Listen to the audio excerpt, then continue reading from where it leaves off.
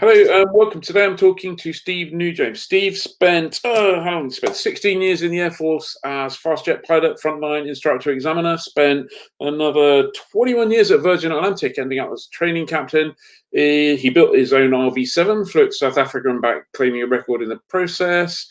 Flies a glider pretty well, I'm told, and does all sorts of things. So he's a total aviation person. He's also the lead coordinator for the GA Alliance's response on the Brize Norton and Oxford Kidlington airspace. So we're having a chat to Steve today about that very subject. How you doing, Steve?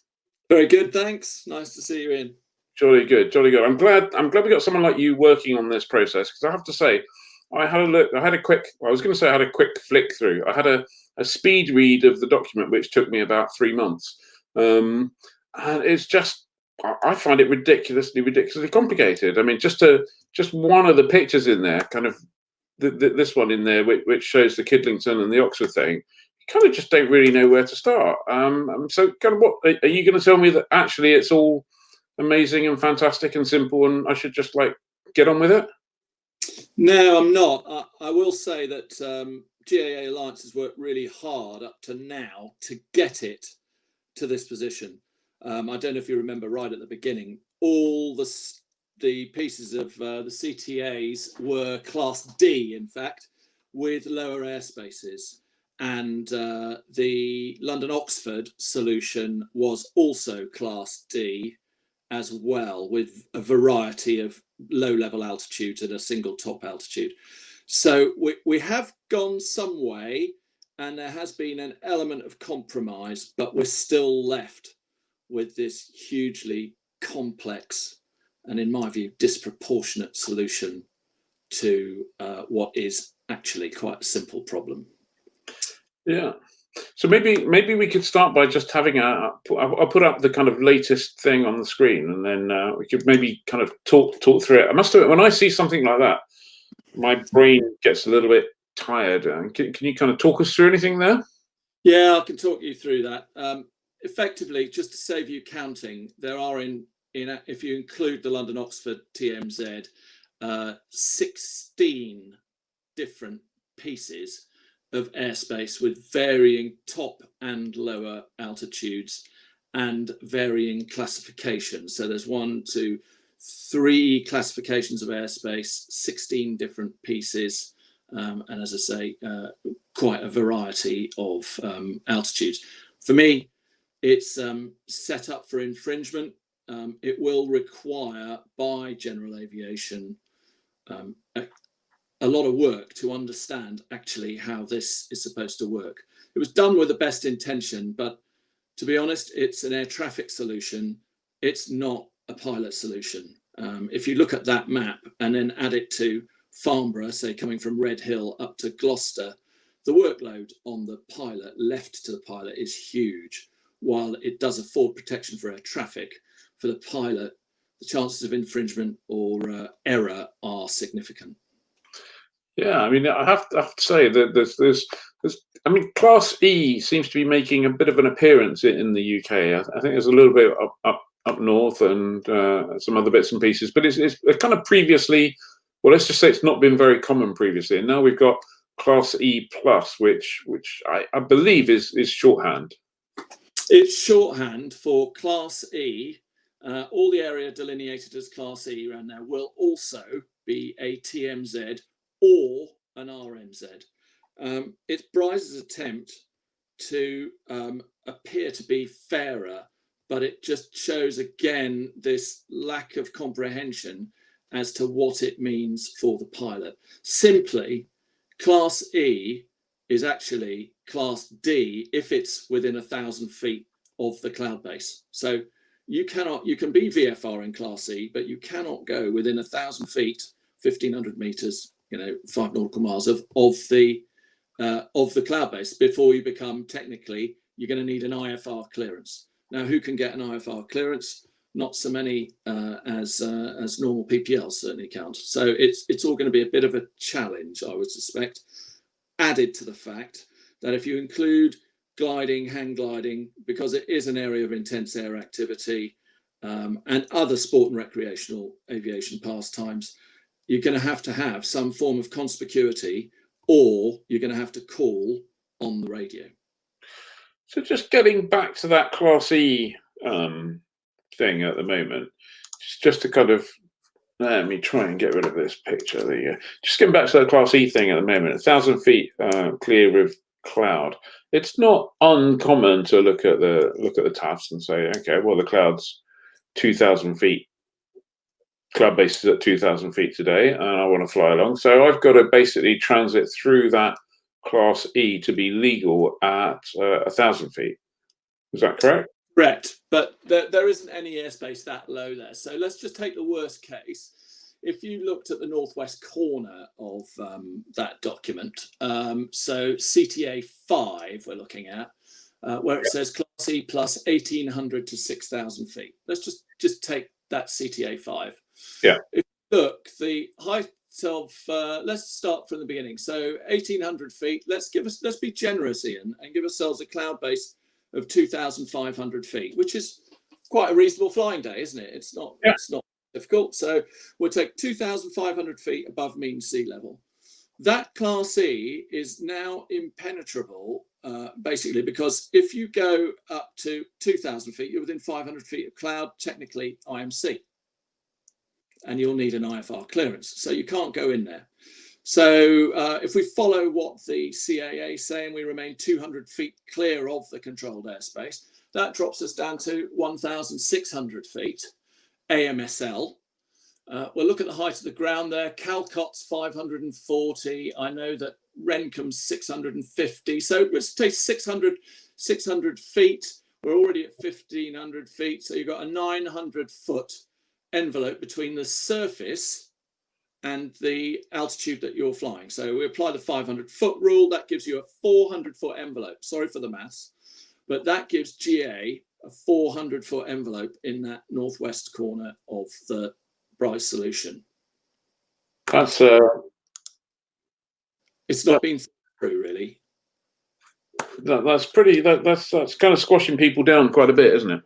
Yeah. At the various scoping meetings we had with Brize, this was mentioned, particularly in November last year. We had a meeting, and GAA challenged CTAs 3, 4, and 5.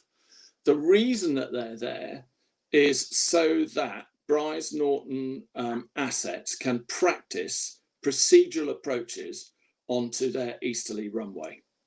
Now, we know we use easterly runways 30% of the time. So if we say that is disproportionate, I would say that's pretty unfair. Also, because it's based on legacy approaches, which Brize have decided that they must have contained, it means effectively that you've got that airspace sitting there, it's underutilized. If they changed their instrument approach procedures to do a constant descent, they could actually manage to lift that airspace up a bit and share it around a bit more equitably than that. So that's a little bit unfair, I would say. In fact, significantly unfair and disproportionate. Yeah, what's going on with that little green bit on the east then? Where have we suddenly got this little bit of an RMZ TMZ, which is different to a Class E plus TMZ or RMZ, isn't it? Yeah, exactly. So you've got Class G there. They couldn't classify that airspace to put it in, to turn it into a CTA. I think they wanted to, but the issue is, as you may know or not, Oxford's main instrument runway is runway 19. Yeah. So if you make an approach on 19 and for some reason you have to do a missed approach, whilst something from Brize is positioning from the south, say left base to land on the westerly at Brize, which is runway 25, you can see you've instantly got a nose-to-nose confliction there. And try as everyone might, GAA looked at it, everybody looked at it. I don't think it's possible within the constraints of design to deconflict the missed approach on runway 19 at Oxford and the left base / instrument approach onto runway 25 at Brize Norton. So the only way round it was to make that Class G, RMZ, TMZ. So the hope is that they would be talking to you when you're squawking, and they would be able to actually deconflict you and get you out of the way. I think it stops also Oxford missed approaches potentially infringing what would have been an extra fillet of Class D off Brize Norton. I know that sounds complicated, but if you think about it simply, it's the missed approach off Oxford and the ILS into Brize Norton. There's a confliction, and the result is that they can't see a way of putting in a piece of airspace for Brize that wouldn't actually be infringement by design. Yeah. Okay. So given where we are at the moment, where are we in the process exactly right now? In the process at present, we are both Oxford and Brize, because they were directed to submit at the same time, have now submitted this solution to the CAA, and the CAA under CAP 725, you can argue as to, well, it is discredited because it's been replaced by CAP 1616, but Brize and Oxford got in under the radar, if you like, and managed to get it in December 17 before the rules changed on the 2nd of January 18. So the more onerous and more transparent CAP 1616 does not apply to both of these airspace change proposals, which is a bit unfair. We've always argued that we thought, well, as you're a government agency, Brize, we would expect you to follow the latest and best government process, but this has not been the case. Shame. So this currently sits with the CAA. This sits with the CAA at the moment, and it's with CAA's gift now. They have to spend around 4 months, 16, 17 weeks, looking at this solution, and then they will decide whether to accept or reject either one. Not necessarily, they won't do both. If one fails, the other one may pass, and vice versa. Okay. So this is not a kind of public consultation at the moment, is it? No, we've been through the public consultation, and Brize have consulted since December 17 up until we stopped talking around November 19, and then they went away. They felt that they'd got to a stage where no more compromises could be made. That wasn't the belief of the GAA, but they felt that that was the case, and they have designed this and now submitted it, i.e. there is no further consultation. Okay, so I mean, presumably, even though there's no official consultation, it probably wouldn't do any harm if people were to. I don't know. Maybe it would if people were to jump on their email and send a polite and constructive email to someone in airspace policy explaining why they think 16 pieces of airspace with various floors and various ceilings and various categorizations and various TMZs, RMZs, and everything else is perhaps not the most simple solution. Yeah, you're right. It's complex. They could. It's within their gift. I wouldn't stop them. Within their gift to right to airspace at the CAA. The other thing to view, as you mentioned, the complexity and, in my view, disproportionality. It fails to reflect the economic effect it's going to have, particularly, as I said, on the aviators that don't presently have any electronic conspicuity. It requires a conspicuity policy from the CAA, would make that a lot easier and a lot less expensive, by the way. But yes, it's within their gift. But do you know what, Ian? One of the other things to look at is forget just the complexity of this. Just look at the complexity of all the airspace within southern and southeastern UK. It's becoming increasingly difficult to actually navigate your way around from, say, Kent to Gloucestershire or Leon Solent. And one of the nightmares we looked at was Leon Solent to Coventry or Wellesbourne or somewhere like that. The amount of airspace and negotiation that's got to take place, and the fact that you're going to have to do a fair bit of free navigation because you may or may not get a clearance. So you must plan accordingly, that you're going to have to go round various airspace, so it increases track mileage, increases cost. It's the whole thing needs looking at properly, I think. Yeah, no, I suspect you're right. The other day. I went from a strip in Wiltshire over to Biggin through the Farnborough complex, should we say? And it was a pretty busy. It was a bit of a workout, you know. But it was a really one of those days that was really hot, really bumpy. A whole load of people out. It was busy. It wasn't a relaxing flight. You know, maybe I need to fly a slower airplane so I can stay ahead of it. I don't know. My concern is that now, with the encouragement to use airbox or GPS navigation, shall we say, moving maps, iPads, etc., etc., people are heads in so much now that the risk of mid-air collision, which by the way increases quadratically, so you know if you reduce a gap by 2, then the risk increases by 8. You now start to see that everyone is flying in the same airspace with their heads in a box, frantically avoiding complex slivers of airspace, and not looking out the window and just flying the aeroplane. It's inordinately complex.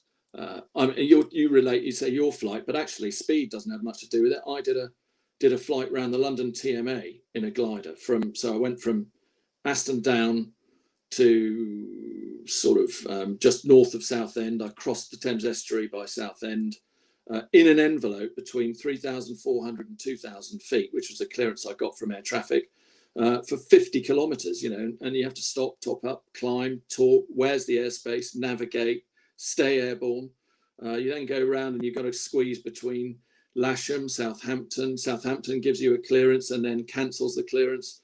It's super high workload. And I've been doing it for 38 years odd. So if there's someone taking up flying now, I see this as an immense challenge. And the whole thing is designed, as I keep saying, by air traffic for air traffic, and they're forgetting the customers and they're forgetting the workload that they're foisting upon the pilot community, not least the economic cost either, which we've come across. I think maybe, you know, given that we have, in theory, at least a slightly more accessible instrument rating on the horizon, the prospect of a whole load of people just looking at. I mean, I know when I fly overseas, if I'm flying through some unfamiliar, complex-looking airspace, then half the time I'll just file IFR because it just takes all the hassle out of it. So it'd be interesting to see what happened if Brize suddenly has to deal with a huge amount of IFR traffic. Go interesting. If you the problem with a lot of these documents, although there's many pages in there, and the pages are spent defending their argument, the sponsor's argument, but when you look at it in the whole, so for example, Kemble are trying to get a GPS approach in at the moment, but if you look at this airspace with Kemble trying to get a GPS approach in, there is a responsibility by Brize to control Kemble's air traffic onto the approach. There had to be a letter of agreement between Kemble and Brize to facilitate that. If you go to the CAP 1616 website for Kemble, you can read the letter of agreement, and within that it has some pretty strict limitations on what one has to do to get through Brize airspace. Namely, you have to call them 15 miles or 5 minutes before. If you want any sort of traffic service or deconfliction service, there is an irreducible workload limit put upon the air traffic controller, so they're allowed to control, off the top of my head, it's in that document, but it's 8 aircraft, of which 4 can be in receipt of a service in terms of a traffic service, and 2 only can be on a deconfliction service. So you can see that, you know, although technically if you're IMC in the Class E, you would be under radar control.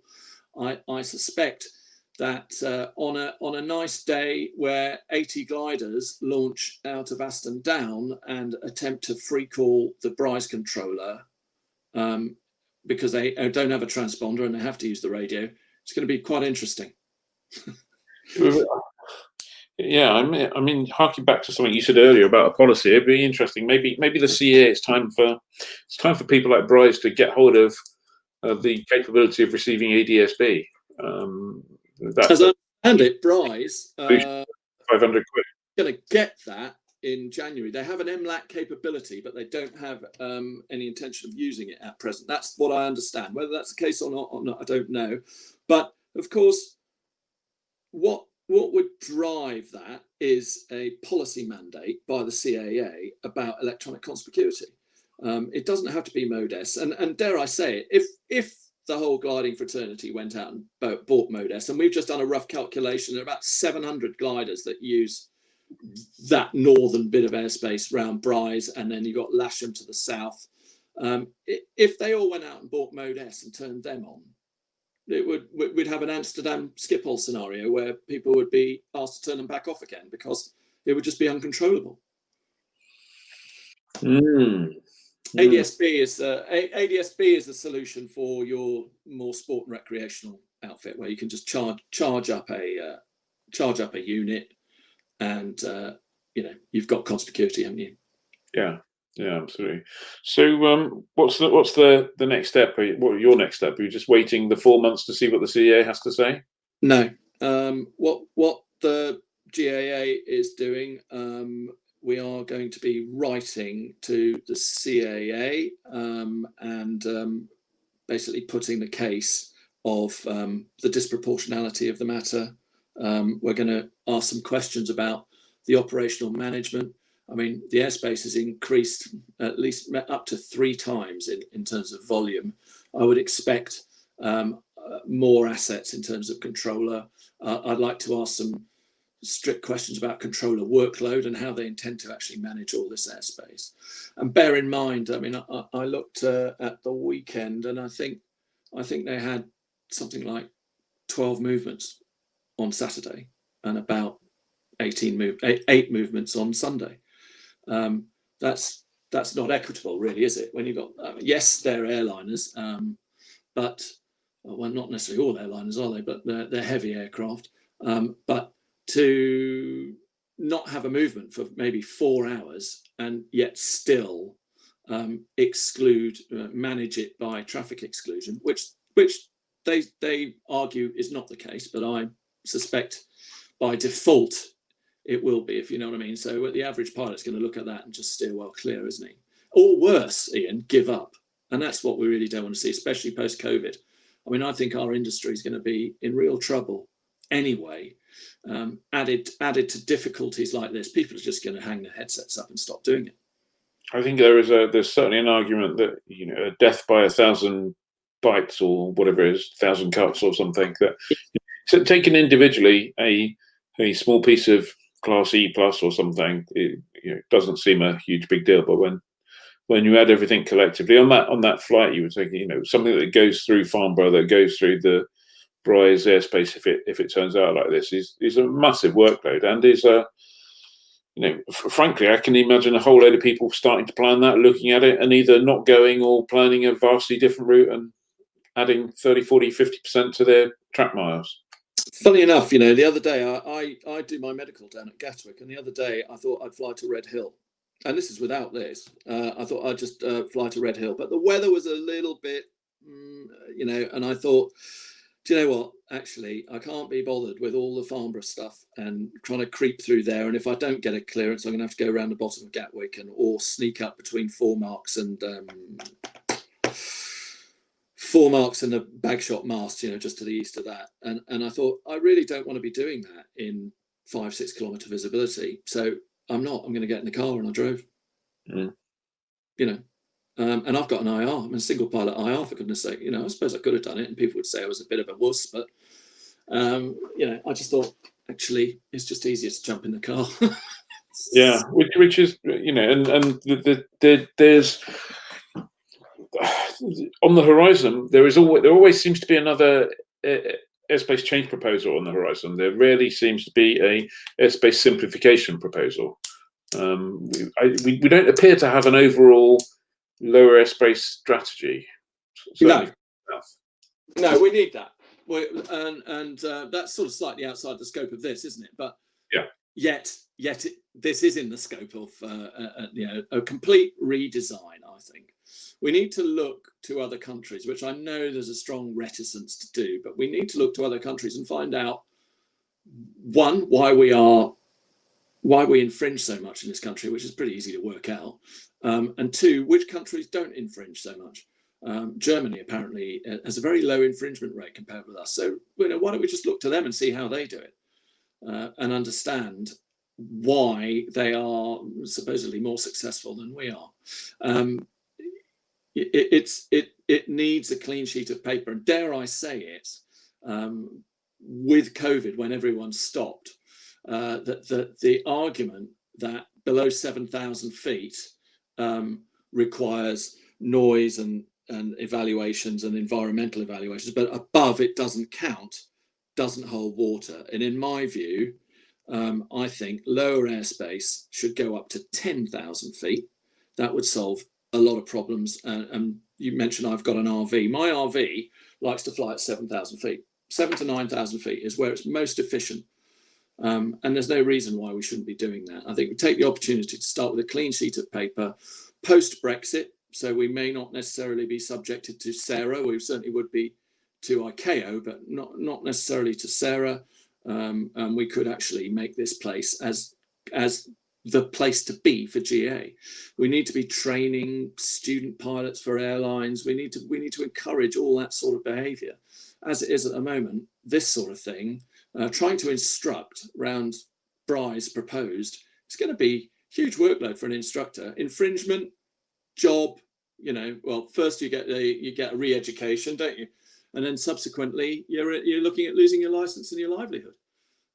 So guess what? They're all going to Spain or Phoenix or New Zealand or anywhere but UK, and that's not what we want as a country.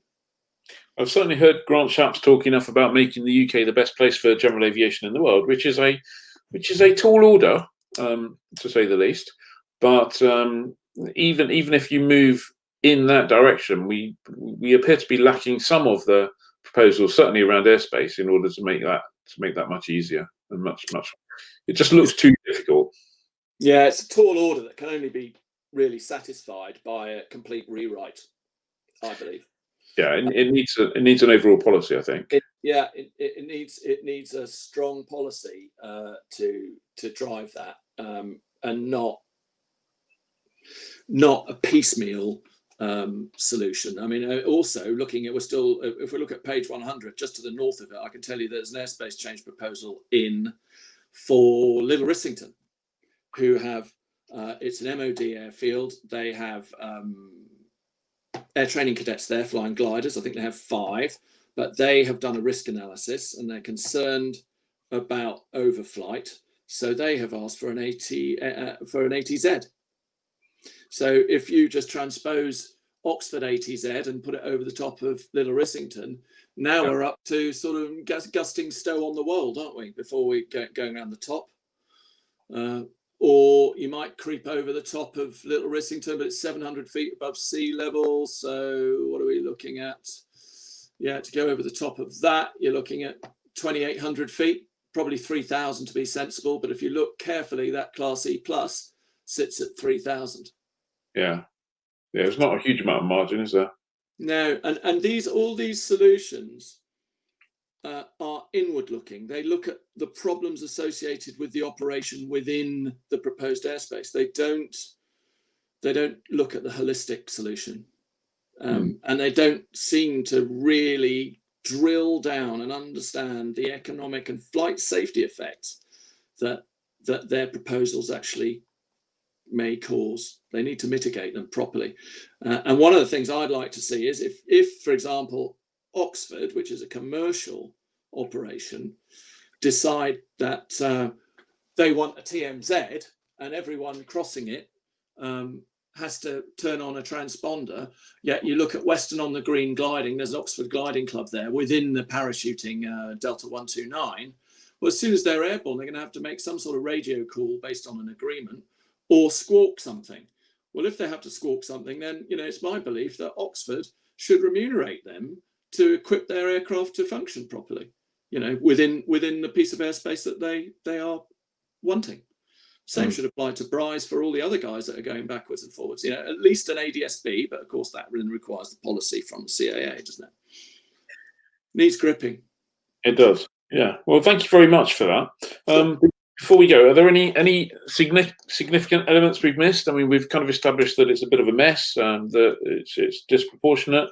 and there are lots and lots of detailed kind of arguments in there. And at the moment, it lies with the CAA for 4 months.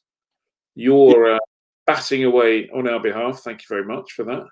It's been a long old trip. And one thing I will say is that we engaged with Brize were quite keen when they put the initial one out. We really did have a number of issues, and they were quite keen to discuss them, and they have worked quite hard to discuss them with us. However, we never really completed the work.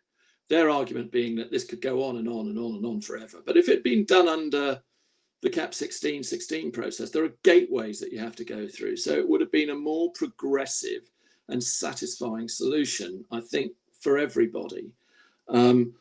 Ultimately, I think it's super important that we try now and resolve it to our satisfaction. We have not succeeded, contrary to what the document says, in actually reaching a collaborative solution. It infers such things as there's no need for a letter of agreement for Nimpsfield, Aston Downs, Sandhill Farm, Calcott. I can name all the airfields around. There's no need for that because Class E confers you the ability to fly VFR in the airspace. Well, as we discussed, with a maritime environment in which we live, with a 3,000-foot cloud base, that's not actually the truth, is it? No. So it's little nuances like that which we could have cleared up, but they've missed the opportunity now, and we can only go one way, and that is to ask for CAA to reject the proposals. And under the procedure that they've applied with, a rejection would mean the end of the process? A rejection would mean yes, and they'd have to go back in and reapply again under the newer process, as I understand it. That's what Exeter have had to do. Exeter were refused for, actually, interestingly, not having enough letters of agreement in place, amongst many other issues. But that was one of them. And that was under CAP 725. It was rejected by the authority. And now they are, I think, gearing up to have another go under CAP 1616. Well, thank you very much for that, Steve. Thanks again for all the work you're doing on our behalf. Perhaps we can do this again and catch up when there's some more news at some stage in the future, when there's a significant development. And in the meantime, I'm not really quite. I don't know what to suggest. Really, just seemed a ridiculous way to manage airspace in a very busy environment for everyone. Really, it's just not very satisfactory. What I would say is, if people are exercised by this, I mean, it's all very well talking to each other in the clubhouse and all the rest of it, but step up and have a go. Yes, it might appear frightening, but have a go. If you find something that's not just, or it's disproportionate, that there isn't enough analysis. If you spot stuff like that, we aren't perfect. There's only 3 or 4 of us doing this, and it's been super hard work. So if you feel aggrieved about it, write to the regulator, write to the authority, or write, even if you feel so, to the Department of Transport. Yeah, it's within your gift to do that. In this day and age, everyone has a right, as you know, to complain about various actions, and often you are listened to. The government is is open and transparent and likes to listen to people who have issues. I just think us old grey-haired guys who are now flying a lot of these aeroplanes everyone knows best, and maybe I don't know enough, and I'm not going to say anything. It seems to be a default position for us, and that's the case. No. Well, thank you very much for that. It's been great speaking to you. Hopefully we've covered it and spread a little bit of light, although that light might not be the colour that we quite like right now. And we'll come back and look at it in a second, or not in a second. We'll come back and look at it when there's some developments, I should have said. Okay, and I'll keep you posted in. So thank you very much for that. If you liked it, please give us a thumbs up, leave a comment, leave a question, and subscribe to the channel. So thank you very much.